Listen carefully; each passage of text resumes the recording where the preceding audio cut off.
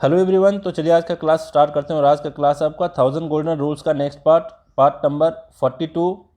जो लोग Telegram use करते हो आप जाना सर्च करना, वहाँ पर त्रिगीतम एक ग्रुप मिलेगा आपको, त्रिगीतम फोरम क्लब, उसको ज्वाइन कर लेना। और ये सारे लेक्चर्स की अगर आपको PDF चाहिए तो इस नाम से एक एप्लीकेशन है, ये मैं इसका लिंक दे रखा हूँ कमेंट में और डिस्क्रिप्शन में, वहाँ से जाना और उसको डाउनलोड कर लेना लिंक से, और वहाँ से आप डायरेक्टली पढ़ सकते हो सारे PDF को। जिनको भी मेरे से पर्सनल गाइडेंस चाहिए आप मुझे इस व्हाट्सअप नंबर पर मैसेज करोगे, मैं आपको बता दूंगा कि इसको ज्वाइन करने के क्या प्रोसीजर हैं और क्या क्या इसके फ़ायदे हैं। चलिए देखते हैं आज कुछ बहुत ही इंपॉर्टेंट रूल्स प्रपोजिशन से रिलेटेड, और इससे काफ़ी ज़्यादा क्वेश्चंस पूछे जाते हैं। ठीक है, तो आपको कंफ्यूज नहीं होना है इस सारे रूल को लेकर के। और दूसरी बात है कि ये आखिरी क्लास है प्रपोजिशन का, इसके बाद हम लोग देखेंगे कंजंक्शन, उसके बाद हम लोग वर्ब को शायद स्टार्ट कर दें या फिर डिटर्मिनर को। अब ज़रा चलते हैं, देखो यहाँ पर है रूल नंबर 451 कि स्ट्रीट एक ऐसा वर्ड है, स्ट्रीट एक ऐसा वर्ड है, स्ट्रीट मतलब गली, ठीक है, जिस गली में आप खेलते हो।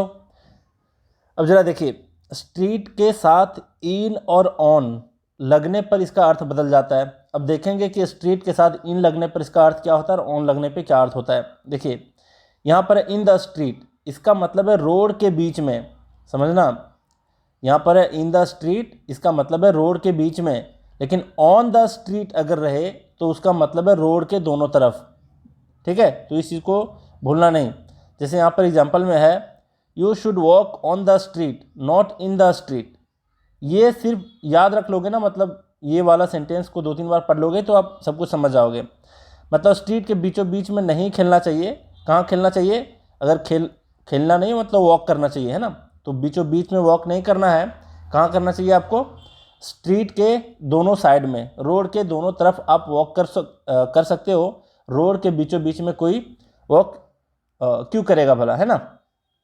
चलिए, तो यहाँ पर आपको समझना था कि स्ट्रीट के साथ अगर इन रहे, इन अगर है तो इसका मतलब होता है रोड के बीचों बीच में, और ऑन अगर लगा रहे तो इसका मतलब है रोड के दोनों तरफ। क्लियर? तो इस चीज़ को आप ध्यान में रखना। नेक्स्ट है यहाँ पर कि मॉर्निंग, इवनिंग, आफ्टरनून, ये सब को लेकर के काफ़ी ज़्यादा कन्फ्यूजन होता है। देख लो यहाँ पर क्या है, देखो कि अगर मॉर्निंग, इवनिंग, आफ्टरनून आदि के पहले द लगा हो तो उसके पहले इन लगेगा। ध्यान रखना, अगर द लगा है तो इसके पहले आपको इन लगाना है। In the morning, in the afternoon, in the evening. Clear? फिर से सुनो, मॉर्निंग, इवनिंग के पहले अगर द लगा है, THE द आर्टिकल लगा है, तो उसके पहले आपको इन लगाना है। ठीक है, लेकिन अगर मॉर्निंग, इवनिंग के पहले कोई दूसरा डिटर्मिनर हो, मतलब द को छोड़ करके कोई अन्य ऐसा डिटर्मिनर हो जो उसके पहले लगा हो, तो उसके पहले हम लोग ऑन का प्रयोग करेंगे। ध्यान देना, यहाँ पर है इसके पहले वाले में देखिए कि द अगर लगा है तो द अगर लगा है तो उसके पहले हम लोग इन लगाएंगे, लेकिन द को छोड़ करके जैसे ए, एन, ये सब कुछ लगा है तो हम उसके पहले क्या लगाएंगे? ऑन लगाएंगे। ठीक है, ऑन एंड आफ्टरनून होगा, यहाँ पर एन छुटा हुआ है। क्लियर? तो इस चीज़ को आप ध्यान में रखना कि अगर दा लगा है तो इन, और अगर दूसरा कोई डिटर्मिनर लगा है जैसे ए, एन वगैरह लगा है तो इसके पहले हम लोग ऑन का प्रयोग करेंगे। चलिए, अब यहाँ पर क्या दे रखा है, देखो कि अगर ये सारे शब्द जो मॉर्निंग, इवनिंग, आफ्टरनून है, ये सारे शब्द के पहले कोई और नाउन जैसे कि फ्राइडे मॉर्निंग, मंडे मॉर्निंग, है ना, इस तरीके से दिया रहे, समर, विंटर वगैरह, ये सारे नाउन अगर लगे हों तब भी हम उसके पहले क्या लगाएंगे? ऑन लगाएंगे। मतलब इन हमें तब लगाना है जब उसके पहले दा रहे। उसके पहले अगर कोई दूसरा डिटर्मिनर जैसे ए, एन रहे तो उसके पहले ऑन लगेगा। अगर उसके पहले कोई दूसरा नाउन जैसे फ्राइडे, मंडे, समर, विंटर, ये सब रहे तो भी उसके पहले क्या लगाना है? ऑन ही लगाना है। क्लियर? चलिए फिर से एक बार रिपीट कर लो। देखो, अगर मॉर्निंग, इवनिंग के पहले अगर कोई द वर्ड लगा है तो इसके पहले हम लोग इन लगाएंगे। ठीक है, in the morning, in the evening वगैरह। और अगर द को छोड़ करके कोई दूसरा डिटर्मिनर जैसे ए, एन लगा है तो उसके पहले हम लोग ऑन का प्रयोग करेंगे। और फिर दूसरा यहाँ पर क्या दिया है कि अगर इनके पहले कोई दूसरा नाउन लगे जैसे फ्राइडे, मंडे, समर, विंटर वगैरह, तो भी हम उसके पहले ऑन का ही प्रयोग करेंगे। जैसे एग्जांपल में देख लो, on Saturday evenings, on a summer afternoon, on a Monday morning. देख रहे हो, इवनिंग के पहले सैटरडे लगा है, आफ्टरनून के पहले समर लगा है, मॉर्निंग के पहले मंडे लगा है, तो भी हम इसके पहले ऑन का प्रयोग करेंगे। ठीक है, ध्यान रखना इस चीज़ को। अब ज़रा देखो यहाँ पर है, ध्यान देना कि एक वर्ड है वीकेंड, है ना। वीकेंड मतलब सैटरडे संडे। अगर कोई वर्ड वीकेंड रहे या फिर कोई पर्व, कोई त्यौहार का नाम रहे, कोई फेस्टिवल का नाम रहे, तो भी उसके पहले हम एट का प्रयोग करेंगे। ध्यान दो, एट द वीकेंड, है ना, या फिर एट वीकेंड। वीकेंड वर्ड है, इसके पहले हम लोग एट प्रीपोजिशन को लगाएंगे। दीपावली है, होली है, तो भी एट लगाएंगे। क्रिसमस है तो भी एट लगाएंगे। मतलब पर्व त्यौहार या फिर वीकेंड ए शब्द खुद ही रहे तो भी इसके पहले हम लोग किसका प्रयोग करेंगे, एट प्रीपोजिशन का यूज करेंगे। चलिए आगे देखिए, यहाँ पर है कि किसी स्थान का लोकेशन बताने के लिए रोड जैसे शब्द का यूज हो, रिवर का यूज हो, कोस्ट का यूज हो, वे का यूज हो, तो इसके पहले हम लोग ऑन का प्रयोग करेंगे। मैं बार बार रिपीट कर दूंगा ताकि आप इसको याद रख पाओ। ठीक है, और रिपीट करके तो आपको वीडियो देखना ही है रिवीजन के लिए। जैसे देखो ये कह क्या रहा है, देखो कि रिवर, रोड, कोस्ट, वे, ये सारे शब्दों का प्रयोग अगर हम करें, जैसे नेशनल हाईवे का भी यूज़ कर सकते हैं। जब किसी के लोकेशन को बताना हो तब उसके पहले हम लोग ऑन का प्रयोग करते हैं। जैसे Allahabad is situated on the river Ganga, अब इसको कर लो क्या, प्रयागराज, है ना, Prayagraj is situated on the river Ganga. अब देखो रिवर का प्रयोग है, यहाँ पर रिवर का प्रयोग है, मतलब ये लोकेशन को बता रहा है कि इलाहाबाद कहाँ सिचुएटेड है, रिवर गंगा के ऊपर। तो भाई रिवर शब्द का यूज है तो इसके पहले हम लोग कौन सा प्रीपोजिशन लगाएंगे, ऑन लगाएंगे। क्लियर। फिर है Suraj Kund is located on the national highway 3, NH3, है ना, तो नेशनल हाईवे यूज है यहाँ पर और ये भी लोकेशन को बता रहा है, तो भी इसके पहले हम लोग ऑन का प्रयोग करेंगे, एट वगैरह का प्रयोग नहीं करेंगे। फिर है वे, देख लो, on the way to Ranchi you will find many beautiful sites. ठीक है, ब्यूटीफुल साइट्स बोल लो, सीन्स बोल लो। तो यहाँ पर देख रहे हैं कि वे शब्द का प्रयोग है तो इससे पहले हम लोग ऑन का प्रयोग करेंगे। क्लियर। फिर से रिपीट कर देता हूँ कि किसी स्थान का लोकेशन बताने के लिए रोड, रिवर, कोस्ट, वे इत्यादि का प्रयोग हो तो इसके पहले हम लोग ऑन शब्द का प्रयोग करेंगे, ऑन प्रीपोजिशन का यूज करेंगे। क्लियर। नेक्स्ट देख लो, यहाँ पर बोल रहा है कि अगर एग्जैक्ट एड्रेस दिया हुआ है ना, एग्जैक्ट एड्रेस दिया हुआ है तो इसके साथ हम लोग एट का प्रयोग करेंगे। ठीक है, जैसे यहाँ पर दिया he leaves at flat number 32 Vishal enclave GB road. अब यहाँ समझने वाली बात है कि पहले आप जीबी रोड जाओगे, वहाँ ढूंढोगे विशाल इनक्लेव, और विशाल इनक्लेव जैसे आप पहुँच गए तो वहाँ पर देखोगे फ्लैट नंबर 32 कौन है, उसी में आपको एंट्री लेना है। तो ये एग्जैक्ट एड्रेस दिया है, तो एग्जैक्ट एड्रेस अगर दिया हो तो वहाँ पर हम लोग ऐट का प्रयोग करेंगे। लेकिन ध्यान देने वाली बात क्या है, देखो यहाँ पर है कि अगर एग्जैक्ट ना दे करके अप्रोक्सीमेट करके बताया जाए, है ना, कि इसी के आजू बाजू कोई रह रहा है ना, कोई स्ट्रीट का नाम दिया रहे या फिर एवेन्यू दिया रहे, कोई रोड का नाम दिया रहे और एग्जैक्ट नहीं पता हो कि कौन से फ्लैट में जाना है, कौन से बिल्डिंग में जाना है, सिर्फ इस तरीके से यूज हुआ है कि कोई स्ट्रीट का नाम दे रखा है, एवेन्यू का नाम दे रखा है, कोई रोड का नाम दे रखा है, तो आपको क्या करना है, उसके पहले आपको ऑन का प्रयोग करना है। इसके पहले हम लोग देखें कि एग्जैक्ट एड्रेस आपको बता दे रखा होगा वहाँ पर, लेकिन यहाँ पर अप्रॉक्स बताया है, मतलब डिट्टो वही नहीं है, मतलब आपको किसी रोड के किनारे जाना है और आपको पता नहीं कि किस फ्लैट में, किस बिल्डिंग में जाना है। ठीक है, तब इस तरीके से अप्रॉक्सीमेट वाले एड्रेस में आपको क्या करना है, ऑन लगाना है, और एग्जैक्ट एड्रेस रहे तो एट लगाना है। क्लियर। जैसे यहाँ पर दिया ही लीव्स ऑन 34 एवेन्यू, देख रहे हो, तो यहाँ पर ऑन लगा है। अब आगे देखते हैं, ऑन जीबी रोड, है ना, देखो जीबी रोड के पहले ऑन लगा है। द 5th स्ट्रीट ऑन लगा है, एग्जैक्ट नहीं है ना, एग्जैक्ट लोकेशन नहीं है ये, है ना, किसी का अप्रोक्स बता रहा है ये कि इसके इर्द गिर्द कहीं रहता होगा कोई। चलिए आगे देखिए कि यात्रा के साधनों के लिए हम लोग इस्तेमाल जो होते हैं प्रीपोजिशंस, उसके बारे में देखते हैं। जैसे आप कार से ट्रैवल कर रहे हो, बस से कर रहे हो, ट्रेन से, टैक्सी से, है ना, बाय एयर कर रहे हो मतलब फ्लाइट से, सी कर रहे हो तो भी बाय सी कहोगे, बाय बाइक कहोगे, बाय रोड कहोगे, मतलब जितने सारे साधन हैं आपके यात्रा करने के, उसके पहले आपको बाय लगाना होता है। क्लियर। लेकिन ध्यान देना एक बात का कि यदि वाहन के पहले कोई डिटर्मिनर जैसे ए, द, एन, माई ये सारा लगा हो, है ना, तब हम लोग कौन से प्रीपोजिशन का इस्तेमाल करेंगे, देख लो यहाँ पर। जैसे यहाँ पर बस के पहले ए है, ट्रेन के पहले ए है, तो आपको ऑन लगाना पड़ेगा, है ना, या फिर इन लगाना पड़ेगा आवश्यकता के अनुसार, है ना। तो देखो, ऑन या बस, ऑन या ट्रेन, ऑन या प्लेन, ऑन या हॉर्स, ऑन या बाइसिकल, फिर है इन या कार, इन या टैक्सी। तो समझने वाली बात क्या थी कि अगर डायरेक्टली कोई यात्रा के संसाधन है तो उसके पहले हम लोग बाय लगाते हैं, लेकिन इसके पहले ये सारे शब्दों के पहले अगर कोई डिटर्मिनर लगा हो तो उसके पहले हम लोग ऑन या फिर इन का प्रयोग करते हैं जहाँ जैसी आवश्यकता पड़े। चलिए अब आगे देखते हैं। यहाँ पर दे रखा है कि पैदल यात्रा के लिए ऑन फुट का इस्तेमाल करते हैं। मैक्सिमम आप लोग में से जानते होंगे कि ऑन फुट का मतलब होता है पैदल चलना।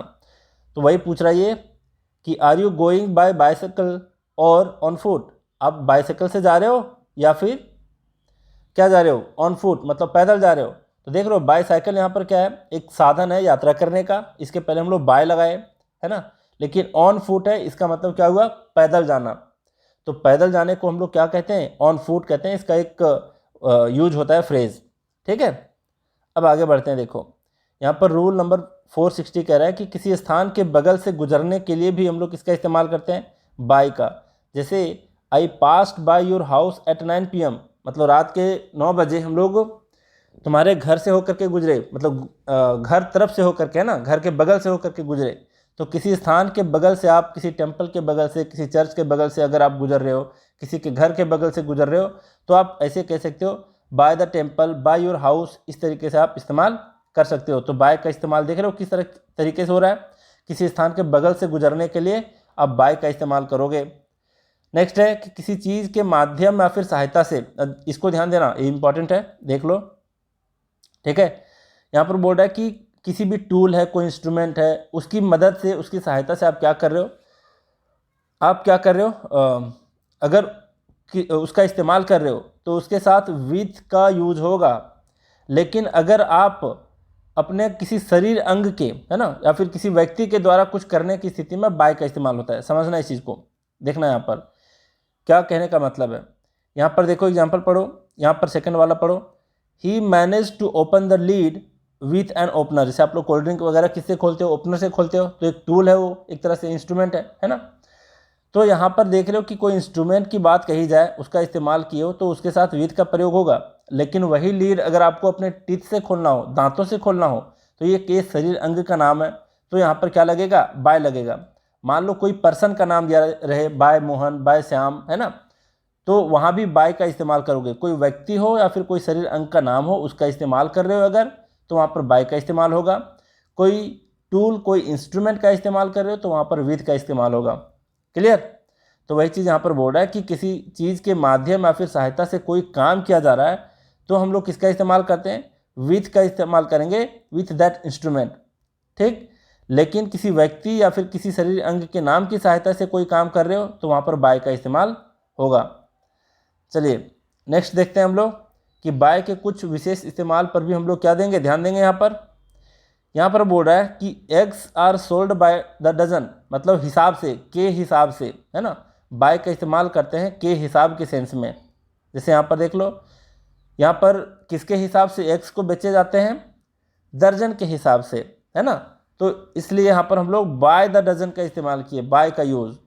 फिर बोल रहा है he sets his study targets by the week. तो यहाँ पर इसका मतलब कुछ लोग ऐसा भी समझ लेंगे कि सप्ताह के अंतिम तक, है ना, अंतिम के लिए भी हम लोग इस्तेमाल करते हैं बाय का। लेकिन यहाँ पर ध्यान देना, अगर यहाँ पर हम इसका सेंस ये लगा रहे हैं कि के हिसाब से, मतलब एक हफ्ते के हिसाब से वो क्या कर रहा है, अपना स्टडी टारगेट को सेट कर रहा है, तो भी यहाँ पर हम बाय का इस्तेमाल करेंगे।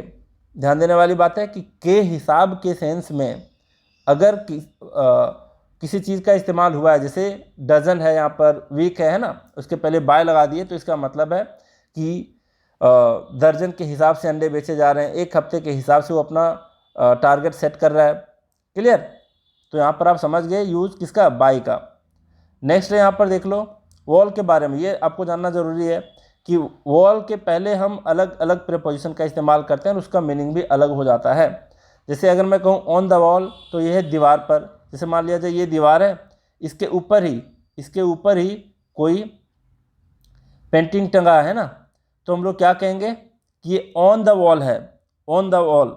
अगेंस्ट द वॉल का मतलब होता है दीवार के सहारे। मान लिया जाए ये दीवार है और आप यहाँ पर क्या कर रहे हो, इसके सहारे खड़े हो, है ना, और फिर कोई सीढ़ी लगा करके रखे हो, है ना, सीढ़ी समझते हो, मतलब बांस वगैरह का जो सीढ़ी होता है उसको लगा करके रखे हो इस तरीके से, तो इसको बोलेंगे अगेंस्ट द वॉल।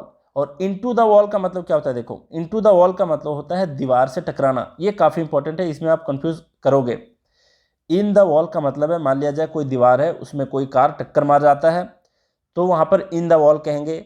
आप उससे अगर दीवार से टकरा जाते हो तो भी इनटू द वॉल कहोगे। क्लियर? तो तीनों का मीनिंग ध्यान रखना। ऑन द वॉल का मतलब होता है दीवार पर, अगेंस्ट द वॉल का मतलब होता है दीवार के सहारे, और इनटू द वॉल का मतलब होता है दीवार से टकराना। जैसे देखो एग्जाम्पल देखो, यहाँ पर बोला है my son's painting was displayed on the wall, मतलब दीवार पर डिस्प्ले किया हुआ है मेरे बेटे का painting. She leaned against the wall, मतलब किसके सहारे खड़े हुई, वॉल के सहारे। And cried her heart out, और वो बहुत ही ज़्यादा दिल खोल कर रोई, है ना। नेक्स्ट यहाँ पर ही रैन इनटू द वॉल, मतलब दीवार से जा टकराया। एंड बैंग्ड हिज नोज, और धड़ाम से उसके मतलब नाक जो है वो दीवार पे लग गया, है ना। तो यहाँ पर आपको ध्यान देना था क्या, कि ऑन द वॉल का मतलब होता है दीवार पर, अगेंस्ट द वॉल का मतलब होता है दीवार के सहारे, और इनटू द वॉल का मतलब होता है दीवार से जाकर के टकरा जाना। तो बहुत कुछ सीखे आज, फिर मैं एक बार रिपीट कर देता हूँ ताकि आप याद रख पाओ। देख लो, यहाँ पर बोला है कि स्ट्रीट के साथ अगर इन लगाएंगे तो इसका अर्थ होता है इन द स्ट्रीट का मतलब रोड के बीचों बीच। ऑन अगर लगाए तो ऑन द स्ट्रीट का मतलब होता है रोड के दोनों तरफ। नेक्स्ट है कि मॉर्निंग इवनिंग के पहले अगर द लगा हो तो उसके पहले हम लोग इन का प्रयोग करेंगे, लेकिन अगर दूसरा कोई डिटरमिनर लगा हो द को छोड़ करके तो मॉर्निंग इवनिंग के पहले अगर ए एन का प्रयोग हो और फिर दूसरा डिटरमिनर द को छोड़ करके, तब हम उसके पहले ऑन का प्रयोग करते हैं। फिर नेक्स्ट है कि अगर कोई दूसरा नाउन भी लगा रहे मॉर्निंग इवनिंग के पहले, जैसे फ्राइडे मॉर्निंग, मंडे मॉर्निंग, इस तरीके से लगा रहे तो भी उसके पहले हम ऑन का प्रयोग करते हैं। ठीक है, देख लो जैसे on Saturday evenings, on a summer afternoon, on या मंडे मॉर्निंग। देख रहे हो यहाँ पर इवनिंग के पहले सैटरडे, आफ्टरनून के पहले समर, मॉर्निंग के पहले मंडे, तो इसके पहले हम लोग ऑन का यूज़ करेंगे। नेक्स्ट है वीकेंड शब्द है या फिर कोई त्यौहार का नाम रहे तो उसके पहले हम लोग ऐट का प्रयोग करते हैं, जैसे ऐट दीपावली, ऐट क्रिसमस, है ना, ऐट द वीकेंड, तो इसको भी ध्यान रखना। नेक्स्ट है कि किसी स्थान का लोकेशन बताने के लिए रोड का इस्तेमाल किया गया हो, रिवर का, कोस्ट का। कोस्ट मतलब समझ रहे हो, समंदर के किनारे वाले एरिया को कोस्ट कहते हैं, कोस्टल एरिया। फिर वे है, ये सारे शब्दों का इस्तेमाल अगर किसी के लोकेशन के बारे में बताना चाह रहा है तो उसके पहले हम लोग ऑन का यूज़ करते हैं। जैसे Allahabad is situated on the river Ganga, at नहीं बोलेंगे, एट द रिवर गंगा नहीं बोलेंगे। Surajkund is located on the national highway 3, on का इस्तेमाल हुआ है। ऑन द वे देख रहे हो, वे के पहले भी ऑन का इस्तेमाल हुआ है, और ये सारे का इस्तेमाल किसी के लोकेशन को बताने के लिए किया गया है। नेक्स्ट है कि अगर एग्जैक्ट एड्रेस किसी का दे रखा है तो उसके पहले हम लोग ऐट का इस्तेमाल करेंगे। देख रहे हो यहाँ पर ऐट का, और अप्रॉक्सीमेट दे रखा है, एग्जैक्ट नहीं दे रखा है तो वहाँ पर हम लोग ऑन का इस्तेमाल करेंगे। नेक्स्ट है कि यात्रा के साधनों के लिए हम लोग किसका इस्तेमाल करते हैं, बाय का। लेकिन इससे पहले अगर कोई मतलब ये यात्रा के साधन है, इसके पहले कोई डिटरमिनर लगा हो, ए लगा हो, एन लगा हो, द लगा हो, माई लगा हो, योर लगा हो, ये सारा कुछ लगा रहे तो उसके पहले बाय नहीं यूज़ करेंगे, ऑन या फिर इन का इस्तेमाल करेंगे आवश्यकता के अनुसार। नेक्स्ट है यहाँ पर नेक्स्ट है यहाँ पर कि पैदल यात्रा करने के लिए हम लोग ऑन फुट का इस्तेमाल करते हैं। फिर बोला है कि किसी स्थान के बगल से गुजरने के लिए हम लोग बाय का इस्तेमाल करते हैं, जैसे I passed by your house at 9 PM, तुम्हारे घर के बगल से होकर के गुजरा, तो किसी के बगल से गुजरने के लिए हम लोग बाय का इस्तेमाल करते हैं। किसी चीज़ के माध्यम से या फिर उसकी सहायता से कोई काम कर रहे हैं, है ना, चीज़ करने का मतलब है कोई टूल्स, कोई इंस्ट्रूमेंट ऐसा हो जो आपके काम को आसान कर दे, तो उसके साथ हम लोग विथ का इस्तेमाल करते हैं। लेकिन किसी व्यक्ति के सहारे कोई काम किया जा रहा है, किसी व्यक्ति के शरीर के अंग से कोई काम किया जा रहा है, तो उसके पहले हम लोग बाय का इस्तेमाल करते हैं। जैसे यहाँ पर मैं बोला था कि आप लीड को ओपन कर रहे हो किसी बोतल के अपने टीथ से, तब वहाँ पर बाय का इस्तेमाल करोगे। और दूसरा चीज़ कि कोई इंस्ट्रूमेंट है उसके सहारे से आप उसको खोल रहे हो, यूज़ कर रहे हो, तो उसके साथ विथ का प्रयोग करोगे। नेक्स्ट है कि बाय के कुछ विशेष यूज यहाँ पर है, के हिसाब से के सेंस में। ठीक है, जैसे eggs are sold by the dozen, मतलब दर्जन के हिसाब से बेचे जाते हैं। वो अपना स्टडी टारगेट जो है सेट करता है वीक के हिसाब से, मतलब एक वीक में एक टारगेट सेट करता है, तो इसके हिसाब से के सेंस में बाय का इस्तेमाल करते हैं हम लोग वहाँ पर प्रीपोजिशन। नेक्स्ट है वॉल के पहले अलग अलग प्रीपोजिशन का यूज होता है, उसका मीनिंग अलग अलग होता है। जैसे ऑन द वॉल कहेंगे तो इसका मतलब दीवार पर, अगेंस्ट द वॉल बोलेंगे तो दीवार के सहारे, और इनटू द वॉल बोलेंगे तो दीवार से टकरा जाना। तो ये सारी चीज़ों को आपको याद रखना था और बहुत कुछ सीखे आज, है ना। तो चलिए आज का क्लास हम लोग यहीं रैप अप करते हैं। Thank you very much.